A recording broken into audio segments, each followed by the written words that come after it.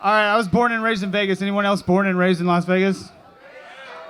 Like whenever I go around and tell people that, they always assume that I had like a crazy childhood. But like my childhood was super normal. Like there's probably like some slight differences. Like the blow was probably better. Like the hookers were probably better looking. But I went to the same underground drug raves that everyone did in elementary school. When I was a kid, like me and my brothers used to make fun of each other for being gay. So my mom would get pissed and she would say, "Don't call your brother gay, or he's gonna start to believe it." Like I'm pretty sure if that's how you turn people gay, then everyone will be gay. But if I do happen to turn him gay, I'll tell a bunch of straight jokes till he turns back. So don't worry about it. So it was like my goal in life to tell a gay joke that was so funny that my mom couldn't help but laugh at it. So we're about to go to a wedding, and my mom asked, like, "You guys think you're ever gonna get married?" And I was like, "Yeah, I'll probably get married someday." And my little brother said, "No, I'm never getting married."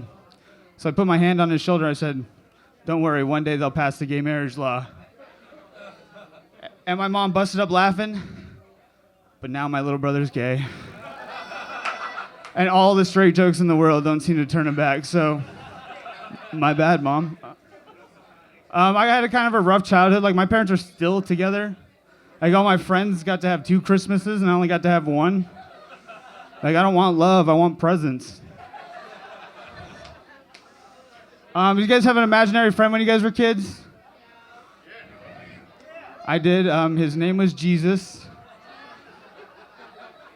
I eventually grew out of him, but the funny thing is, like, my parents still play along. I'm like, I'm not 8 anymore. You guys can drop it, you know? So recently in the news, there was a thing about Justin Bieber, and he went to the Anne Frank house. And in the back of the book in the Anne Frank house, he wrote, "I wish if Anne Frank was still alive that she would be a belieber," which is a Justin Bieber fan. And, everyone thought this was like an insensitive thing to write, like after that experience. But, then I started to think about it. I was like, if Anne Frank was still alive, she probably wished Justin Bieber died in the Holocaust. My friend who's a lawyer actually gave me that joke. So I was like, next time I have some solid legal advice, it's all yours. Have you ever seen the movie Edward Scissorhands? Yeah, I love that movie, but it's got to suck to be Edward Scissorhands. Like, not because he'd have scissors for hands, but just because he wouldn't have a penis.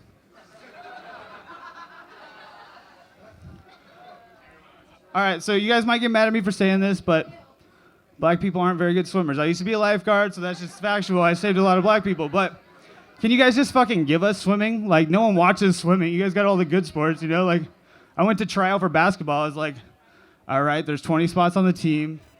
22 black guys, I'll go get the water. They're state champs because I kept those dudes hydrated, Do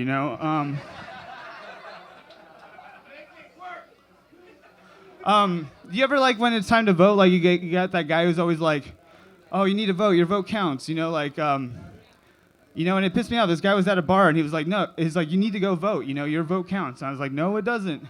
He kept like pressing the issue. I was like, "I think you're mistaking me for someone in the Electoral College." I went to UNR. They didn't accept me, so. So I went to. It was just over most people's heads, Chris. So you got it. You got it. So I work in a restaurant, and this lady, she asked me like what the happy hour specials were. And I said, "We don't have any happy hour specials on Saturdays." And she looked at me all fucking crazy, and she's like, "It's Tuesday."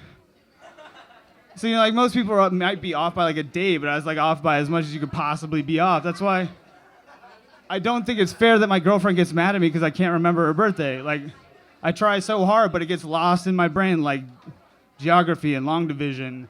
But to be fair, I've been celebrating Memorial Day my whole life. I can't even tell you what month that's in.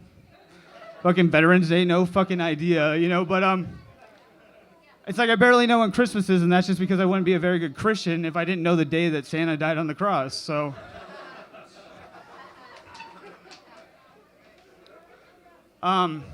My girlfriend's super insecure, and it bugs me. Like, I feel like I probably wouldn't cheat on her so much if she wasn't so insecure.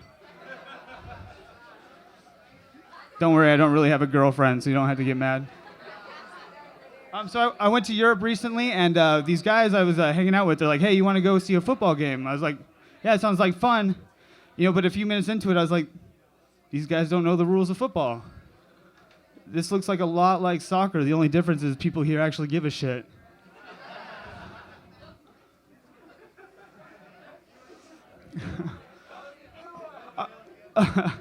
Actually, that's a really old one that no one's heard before. So like, have you ever start dated a girl and then like a couple months into it, she like tells you some shit that just like disagrees with you on a fundamental level, but she waits till you're sucked in to tell you? Well, I was dating this girl and like she tells me she's bulimic, but I only date anorexics. Like, bulimics still like retain a lot of water weight and their breath is usually really bad from all the stomach acid, but I admire anorexics because they know perfection's impossible, but they'll still strive for it until the day they die. But I really like this girl, so I kept dating her. But, like every time she'd go to the bathroom, it just pissed me off more and more. Like, all I could think is, like, does she know how much that Hot Pocket costs? Like, stop wasting my money and get a real eating disorder already. Like, what the fuck?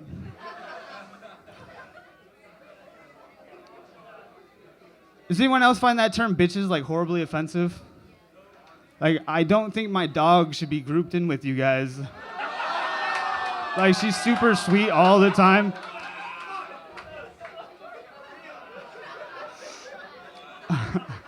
That's a good one, huh? So back in the day, they used to think like if you got a headache that demons were trying to escape from your skull, so they would drill a hole in your head so the demons could escape. And that's ridiculous to me. But it's even more ridiculous that my friends think the cure for alcohol poisoning is to draw a bunch of penises on my face. Like, we had a friend die of alcohol poisoning one time. I was like, I guess we just didn't draw enough penises on his face. But at least his mom had a good laugh when she went to identify the body. So I guess there's a silver lining. That's all I got. My name's Waddle. Thanks for listening to me.